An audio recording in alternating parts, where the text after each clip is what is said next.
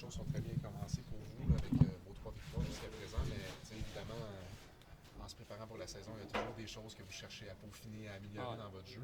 Qu'est-ce que tu vois qui pourrait être encore mieux dans votre jeu? Il y a énormément de choses qu'on peut améliorer. C'est sûr, à 5 contre 5, tu veux toujours créer plus d'offensifs. Je pense que au dernier match, on a été un peu plus lousse, si je peux dire, en zone défensive. Je pense que c'est quelque chose qu'on va resserrer. Donc, je pense qu'il y a énormément de choses de détails qu'on va améliorer, mais là, comme tu as dit, là, la saison est jeune. Puis, pour nous, ce qui est important, c'est de s'améliorer puis de s'assurer d'être prêt pour chacun des matchs qui se présentent à nous. Quand tu parles d'être plus tête, toujours être tête en zone défensive, ça nécessite-tu beaucoup plus de concentration? Je ne sais pas si c'est clair ce que je veux dire, mais ou si ça devient un peu mécanique à un moment donné?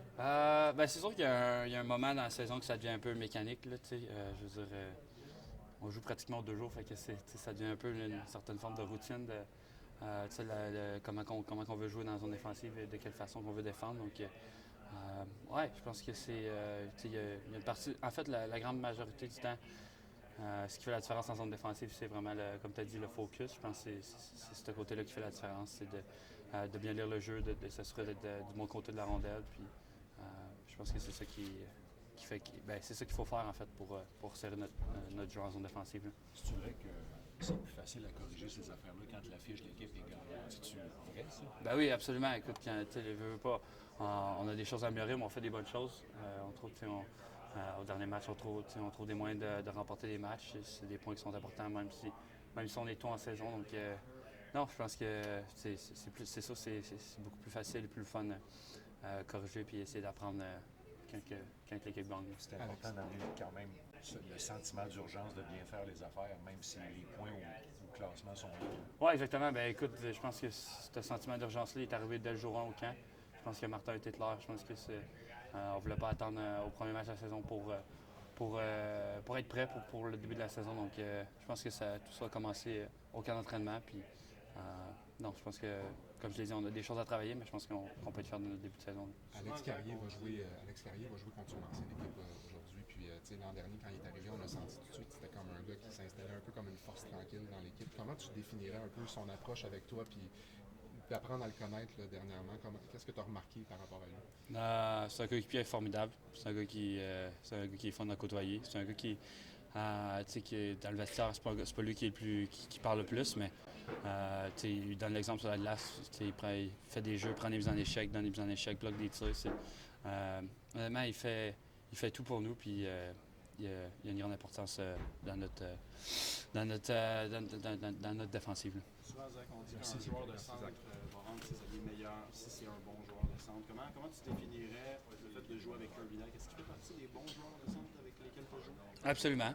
C'est un gars qui est bon en protection de rondelle, un gars qui est bon derrière le filet, qui est bon pour gagner du temps un peu pour ses coéquipiers, je te dirais, pour créer des jeux offensivement. Puis c'est un gars qui, comme je l'ai dit, c'est un gars qui protège bien la rondelle, puis c'est un gars qui est intelligent aussi. Puis je pense que présentement, on a une bonne chimie avec Garley, donc ça va être à nous de continuer sur ça. Je vais essayer d'en parler à John Audimarchesso s'il est disponible, mais les deux, vous avez joué pour Patrick Roy à des époques différentes. Puis je sais que Patrick s'est adapté au fil des années dans son approche. Il a fallu qu'il le fasse. Ouais. Mais ton plus beau souvenir, ta meilleure anecdote avec Patrick Roy, juste curieux de t'entendre, ça serait quoi? As-tu un moment qui te vient en tête avec Patrick? Vite comme ça, je pourrais pas te sortir un moment, mais je pense que c'est des choses que j'ai déjà dit, mais je pense que des fois, tu joues un bon match, l'équipe gagne 4-1, tu sors de là avec 2 buts, 2 passes, puis le lendemain, tu arrives à l'arena, puis tu te fais convoquer dans son bureau, puis il n'est pas content du match. C'est un gars qui est passionné, qui connaît la game de la Ligue nationale, puis je pense que c'est ça qu'il essayait d'amener, je pense, aux jeunes qui passaient sous sa gouverne à Québec. Puis, moi, je vais être reconnaissant pour toujours. Puis, encore l'été, quand on se croise, on a une super belle relation. Puis, on est content l'un pour l'autre au constitue présentement.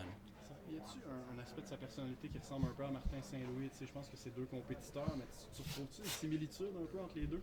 Oui, bien, assurément, c'est des gars qui sont passionnés, leur passion pour la game est contagieuse. C'est des gars qui, tu le vois dans leurs yeux quand ils parlent, quand ils expliquent quelque chose, que c'est quelque chose qui leur tient à cœur puis qui croient au plus profond d'eux que ça peut fonctionner. Donc, ouais, je pense que c'est deux gars qui sont passionnés puis c'est deux gars qui ont une passion qui est contagieuse.